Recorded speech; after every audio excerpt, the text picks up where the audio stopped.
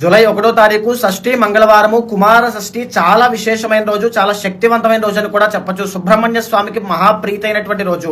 ఎవరైనా సరే కుజదోషం ఉన్న వాళ్ళైనా, కాలసర్పదోషం ఉన్న వాళ్ళైనా, పితృశాపములు ఉన్న వాళ్ళైనా, పెళ్ళి అవ్వట్లేదు, లేట్ మ్యారేజ్ అనేటువంటి కనబడుతుంది, వైవాహిక జీవితంలో ఇబ్బందులు ఉన్నాయి, మనస్పర్ధలు, మిస్అండర్స్టాండింగ్స్ ఎక్కువ అవుతున్నాయి, లేకపోతే సంతానం కలగట్లేదు, గర్భం నిలబడట్లేదు, ఆడవాళ్ళకి పీసీఓడి కానీ, పీసీఓఎస్ కానీ, థైరాయిడ్ కానీ, హార్మోనల్ ఇంబ్యాలెన్సెస్ కానీ ఎక్కువగా కనబడుతున్నాయి.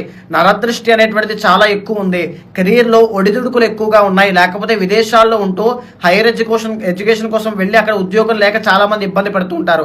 అలాంటి వాళ్ళైనా జాతక దోషాల కోసం పరిహారములు ఆ రోజు ఆచరిస్తే, లేకపోతే సర్పశాంతి కానీ, ఆశ్లేష బలి కానీ, కుజుడికి సంబంధించిన జపములు కానీ, హోమము కానీ, లేకపోతే విశేషించి సుబ్రహ్మణ్య హోమము కానీ, శక్తి లేని వాడు సుబ్రహ్మణ్య స్వామి యొక్క దర్శనం చేసుకుని నేను పైన పెట్టేటువంటి సుబ్రహ్మణ్య మంత్రాన్ని 108 సార్లు జపము చేస్తే సుబ్రహ్మణ్య అనుగ్రహం వల్ల మీరు పడేటువంటి కష్టానికి ప్రతిఫలంగా ఆ యొక్క సొల్యూషన్ ఖచ్చితంగా కనబడుతుంది.